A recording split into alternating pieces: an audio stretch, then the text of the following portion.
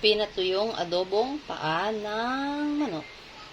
Tara guys, luto na tayo nito. Good morning beautiful people of the world. Tara, luto tayo ng adobong paa ng manok na tuyong-tuyo dapat guys para masarap. Ingredients, bawang, sibuyas, siling na buyo, syempre pa, toyo, suka, pamintang powder, dahon ng laurel, and a little bit of sugar. Okay guys, let's get it on. Okay guys, maglagay tayo ng mantika sa kawali. And then, lagyan na natin guys yung bawang, sibuyas at ang siling na buyo.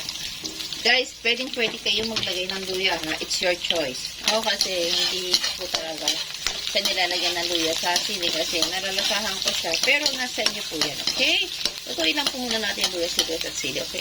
Now guys, ilagay na natin yung paano manok. Itong ulam na to guys, so simple. Pero kayang makaubos ng isang kaberong kanin pa sobrang sarap. Ano itong powder?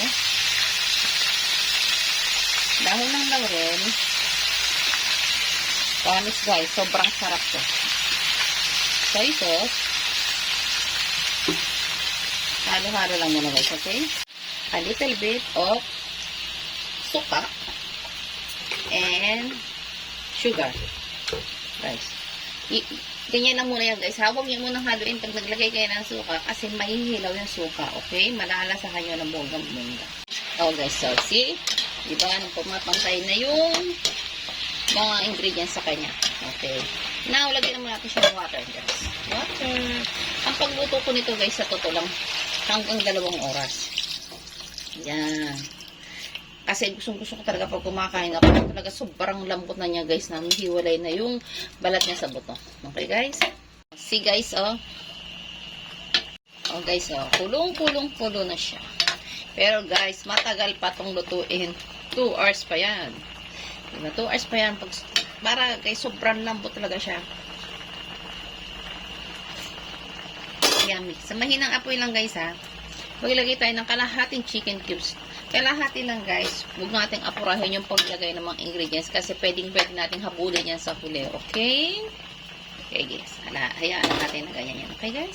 Oh, ayan guys. So, after 2 hours, luto na rin ang paa ng manok. Adobo.